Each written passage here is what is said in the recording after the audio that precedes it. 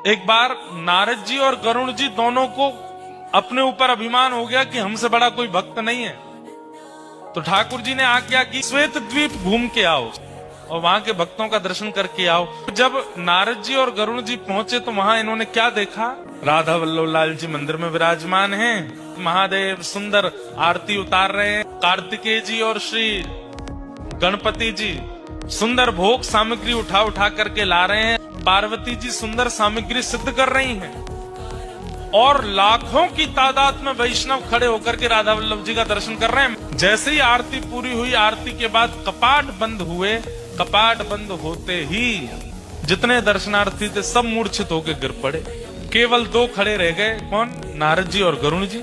अब ये दोनों एक दूसरे को चेहरा देखें, ये क्या हुआ? ये सब सबके पास जाकर के श्वास देखी, नब्ज देखी तो सबके प्राण जा चुके हैं। थोड़ी देर में शंकर जी फिर आए और फिर से जैसे कपाट खोले, कपाट खोलते सब पुनः जीवित होके खड़े हो गए। नारद जी ने जाके शंकर जी को प्रणाम करके कहा, भगवान ये कैसी लीला? बोले भैया, किसी के प्राण अन्न में बसते हैं, किसी के धन में बसते हैं, किसी की वायु में बसते हैं। श्वेत द्वीप के दर्शनार्थियों के प्राण राधा वल्लभ जी में बसते हैं। जब राधा वल्लभ जी सामने होते हैं तो ये जीवित रहते हैं और जैसे ही राधा वल्लभ जी के दर्शन अनवसर होते हैं इनके प्राण निकल जाते हैं। तब नारद जी का अभिमान भंग हुआ कि मैं भक्त हूँ। भैया, ठाकुर जी को देखे बगैर मैं तो खूब जीवित रह लेता हूँ, मैं कैसा भक्त?